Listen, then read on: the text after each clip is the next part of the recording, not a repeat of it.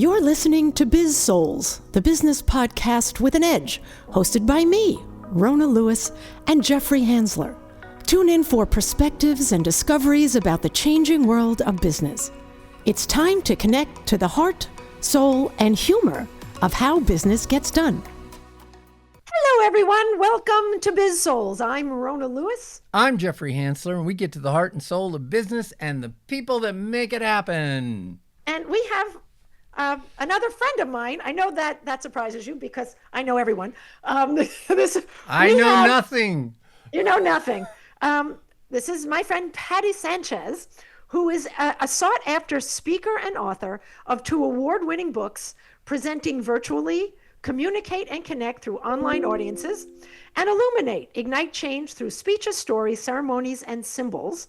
And we'll get all the contact info in a second. She's got the books behind her. Patti and I were both speakers on the main stage, a few weeks ago at the Association of Change Management Professionals National Conference, and we both kicked butt.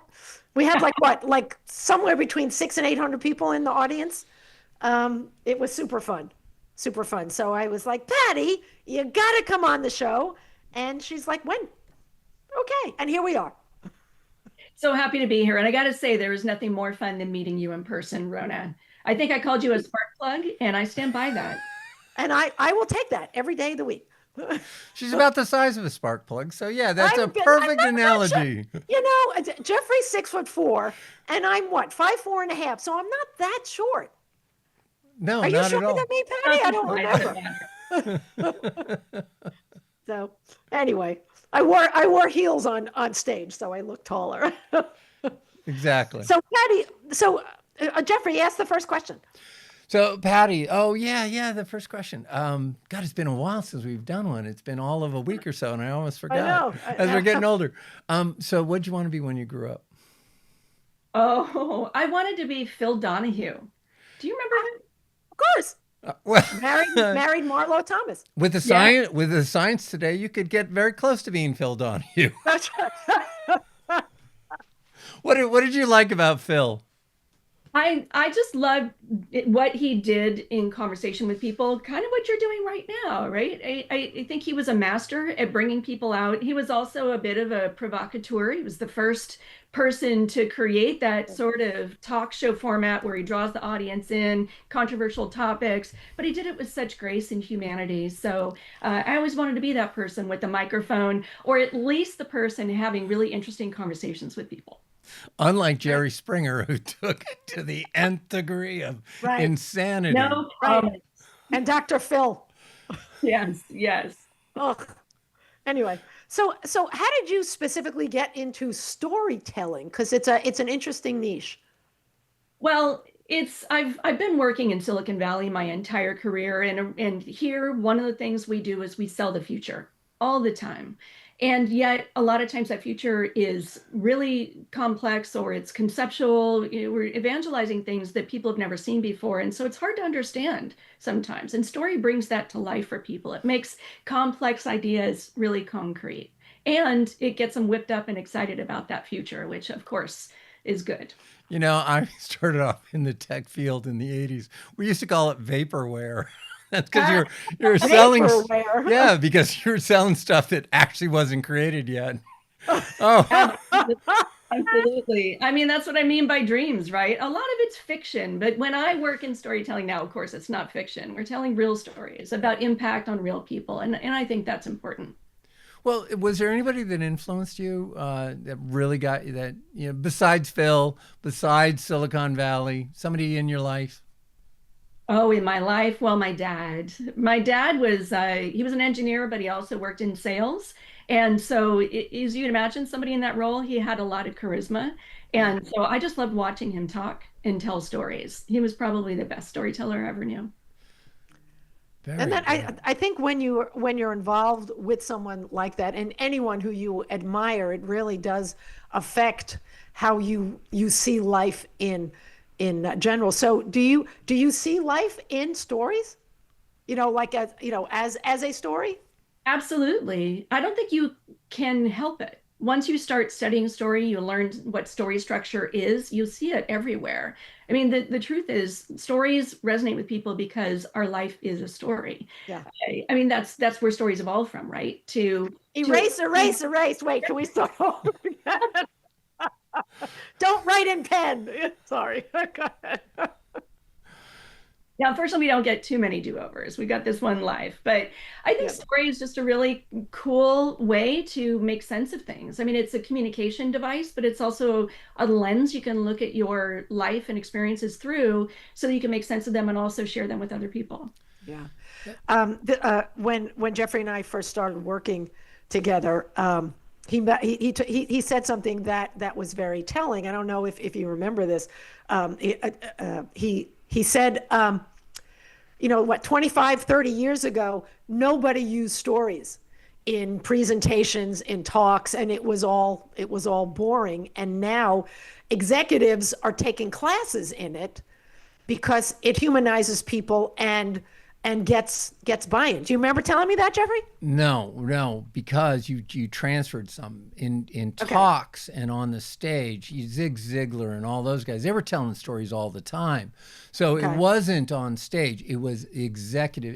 And it wasn't that executives didn't tell stories; it's that the executive team would never bring in a storytelling speaker to teach them about storytelling because they were all focused on the numbers. So I got that wrong. Sorry. It was specifically, well, this is telephone game. You just tell a story and it goes on, and it only takes one person and it completely transfers with Rona. Right. Yeah.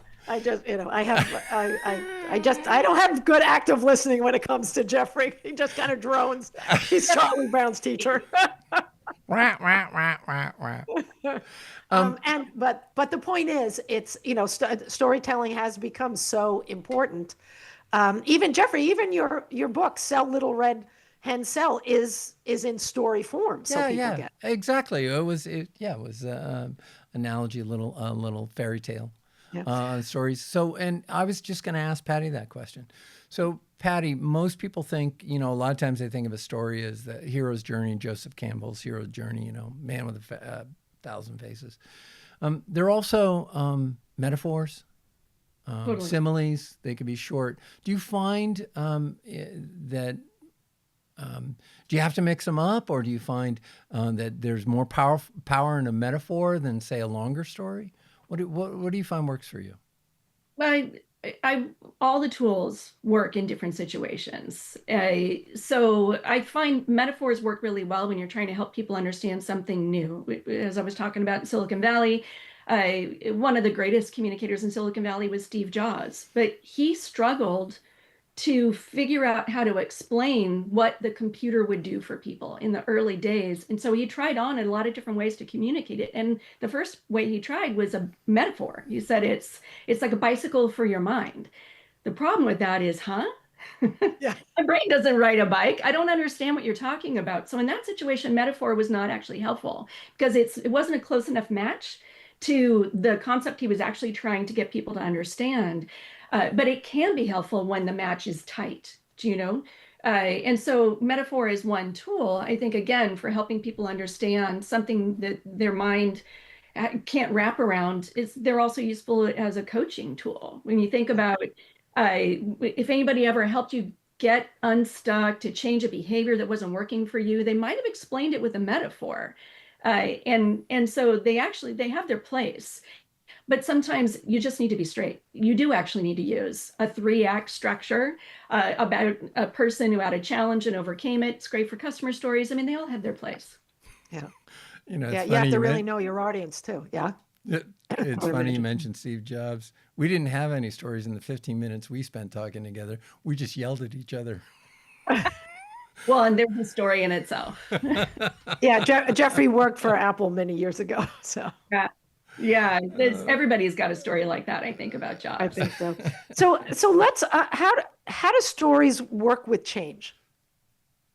Well, I think about it in a couple of ways. One is stories help people make sense of new things, as I was saying. So you can use a story structure to explain a change when you describe first the current situation and then where you need people to go and how you're going to bridge the gap between where you are and where you need to be, that's a 3-act structure. And so story structure can be used to help people understand why we need to change and how we're going to get there.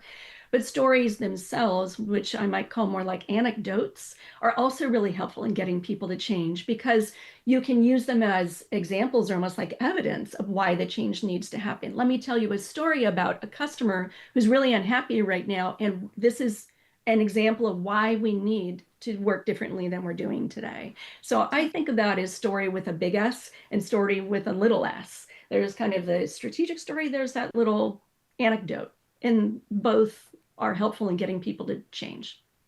That makes sense. Yeah. So in business, do you think people should practice their stories or do they tell the same ones? Because I know the first time you try and tell the story, Rona's always doing this.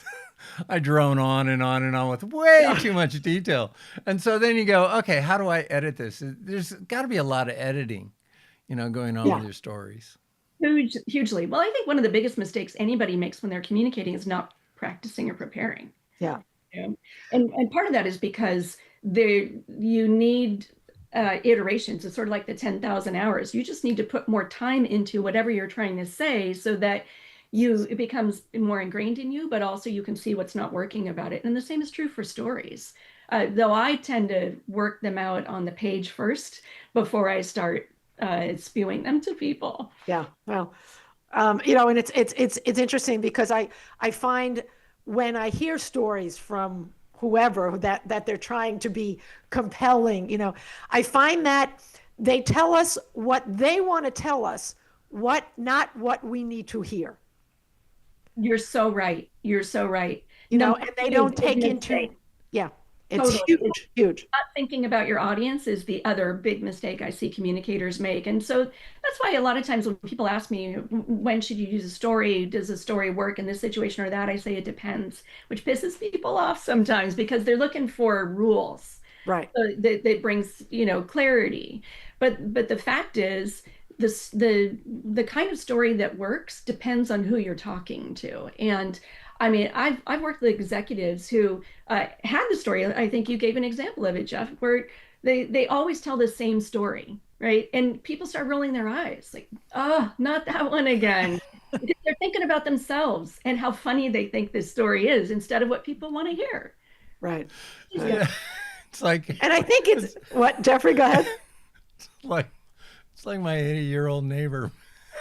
Man, you just know the same story is coming in every day.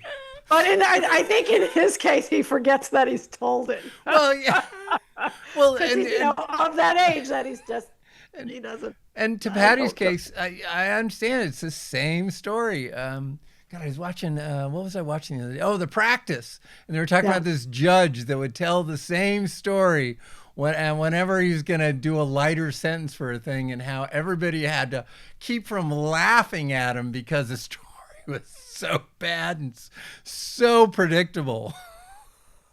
That's a tell, I guess, when people tell certain stories. So, I think it's an important thing to really know how to, read the audience, and tell them what they need to know. I mean, Jeffrey, no, I do not have a poker face. So if and there have been a couple of guests where I'm like, now I'm going to be paying close attention to your face, Rona, for the rest. I have to. Oh, I have to big cut. Face. I have to cut around her all the time. Except most of the time, it's not the guest she's making faces at; it's me. So she's like going, "Oh God, here he goes again." With that same story that he's told 30 times. So you mentioned change, Patti. You mentioned, stories are really powerful for change. And right now there's a lot of angst in the world. And there's a lot of things going on. Without going into the specifics, how could a leader, do you have a process for saying a leader that wants to get his group refocused or her group refocused and, not so worried about what's going on around them and really focused on what they want to accomplish. I think we're still connected. The cat jumped off my lap. Okay. Yeah, No, we're still fine. connected. Yeah, okay. we can hear you. We can hear you and see you. Good. Well, it really goes back to what Rona was saying, which is about thinking about the audience first. And I think it's a practice any leader should do, which is reflect on what moment are we in right now? What are people feeling, and what do I want them to feel? Are they feeling down? Are they feeling unmotivated? Are they feeling skeptical? And that's the starting place, right? For any communication is where are they now and where do I want to take them to? And then really in an ideal situation, that leader would have almost a library of stories that they can tell that are going to meet their people in that moment. The motivational stories. This is how I'm going to get your energy up, like a great football coach. Or these are the teaching stories that are going to give them, a tip that they can use in this particular moment that they're struggling with. Excellent. What's your name? Jeffrey and I are both. Jeffrey and I are both entrepreneurs, and we've been doing it for a while. You are just coming into it, right? So you've been doing it for about a year and a half. What are you finding that you love? What are you finding that's scary, that you hate, et cetera, et cetera? I love the discovery and the improvisation. And this is my way of reframing the fact that I have to learn to do things that I didn't have to do before because I had a team around me. And so I think it's really fun to learn and stretch yourself in new directions. I have to be my own webmaster, for crying out loud. So I know a lot more about WordPress than I ever wanted to. Right. But pat on the back. I'm proud of myself for learning how to do things I didn't know how to do. And I think that's the journey of entrepreneurs, right? Yes, you have an idea, you take a risk, but there's a lot of trial and error. Yeah. Because you're going into places you've never been before. And so that takes a lot of learning and play, right? Absolutely. Absolutely. So yeah, it's and I think storytelling and improv go hand in hand, especially, perhaps you agree with me on this, and I know Jeffrey does that, because I think you're the one who told me, Jeffrey, that you always need anywhere between 4 and 6 hip pocket stories to tell, and you have to know how to customize it and when to bring them out. Yes, and that's where the improv comes in. It's reading the audience, and that's why I think salespeople are oftentimes some of the best storytellers, because they're also really tuned in to the people that they're talking to and more comfortable on the fly. At least the best salespeople are. And so I think that's that's part of what makes it fun and alive for me, is being able to kind of react in the moment and just feel my way through that communication or whatever situation I'm in. And interesting. For your business, you've started. What are the services you provide then? You're doing training? You're doing keynotes? Yeah, communication strategies. So I work with leaders to help them craft and articulate their vision, whether it's for a product launch or it's a change initiative, communication strategies with their teams to take people along that journey. So how do you get them excited in the beginning? How do you keep them motivated in the middle? How do you celebrate in the end? And skill building, like you said. So teaching people how to do those things themselves, which is probably the most fun I have. I bet. Right. So when I started in the presentation speaking training business, there weren't a lot of people on the web because it was new. It was 90s, mid 90s. Now everybody's on it. It used to be, they said the second greatest fear in the world is public speaking. I think you could take that and throw that one out because everybody seems to want to have a platform. And maybe they won't get in front of an audience of 500. They sure get on their phone a lot and project to, hundreds or thousands of people who ever watch them. So how are you building your business in this crowded environment where there's so much noise? Well, certainly it starts with relationships. So I still rely a lot on my network and referrals, as do most consultants and coaches that I know, because it comes down to whether people trust you, whether you have kinship or chemistry with them. When I'm working one-on-one with a leader, we need to mesh, and so that's where I think relationship building is the number one tool. In person, online, networking is the most valuable. But second is publishing, I'll call it, right? Because if you're a consultant, you also, I think, need to be a thought leader. And a lot of people hate on that phrase. What does that even mean? Can you lead if you don't have thoughts?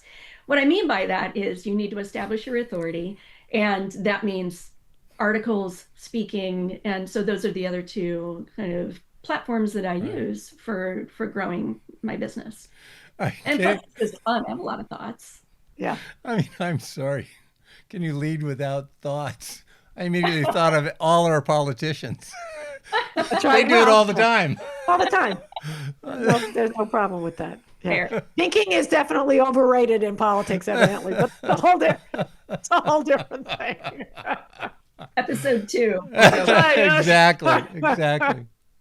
Oh my God. Do you want to ask for recommendations? No, I was just. So, do you have any?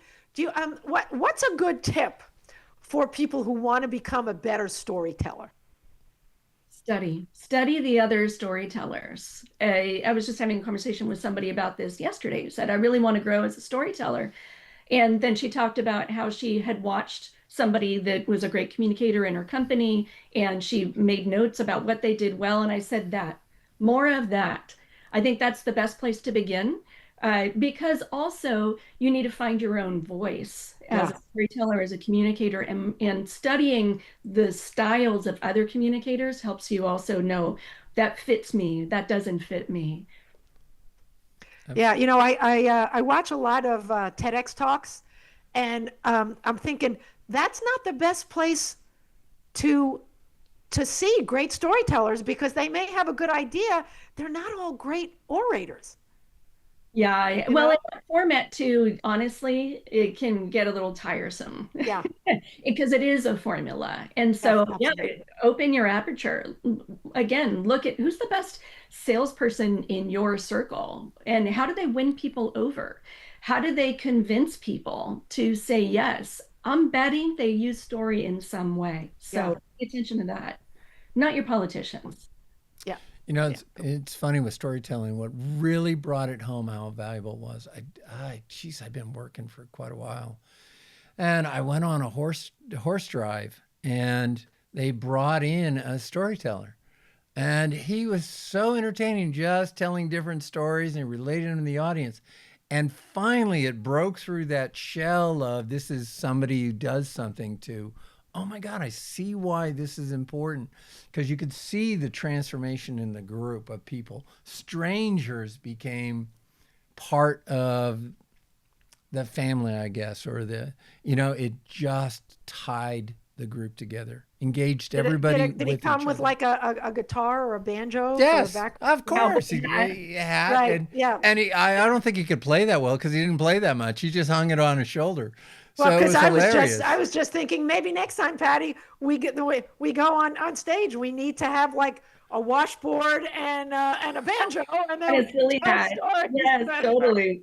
Well, Jeffrey, I think you nailed the biggest reason I think people should be using storytelling, which is that it brings people closer together. And there's a lot of research behind it, that oxytocin floods our bodies when we hear a story. There's a lot of reasons that explain why that happens, but that it happens is the most important thing. Yeah. And we need that more than ever in this world, especially with AI. And, I love social, I love digital, but at the end of the day, human to human, we need to be able to relate to each other, feel for something about each other, care for each other. And that's what stories do.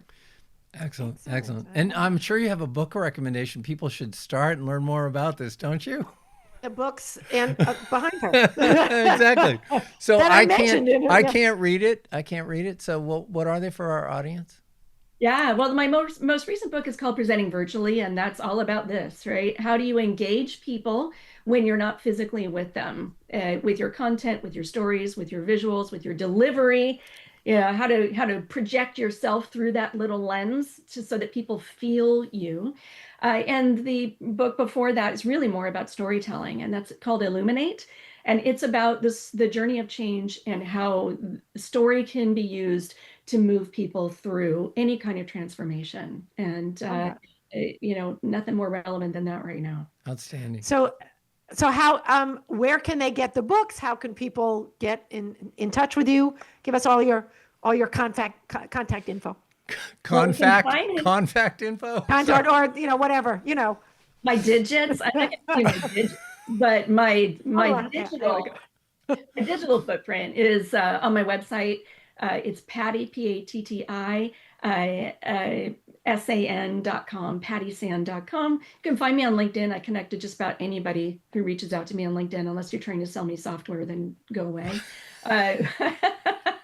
And Amazon as well. You can find my books there, or anywhere that fine books are sold.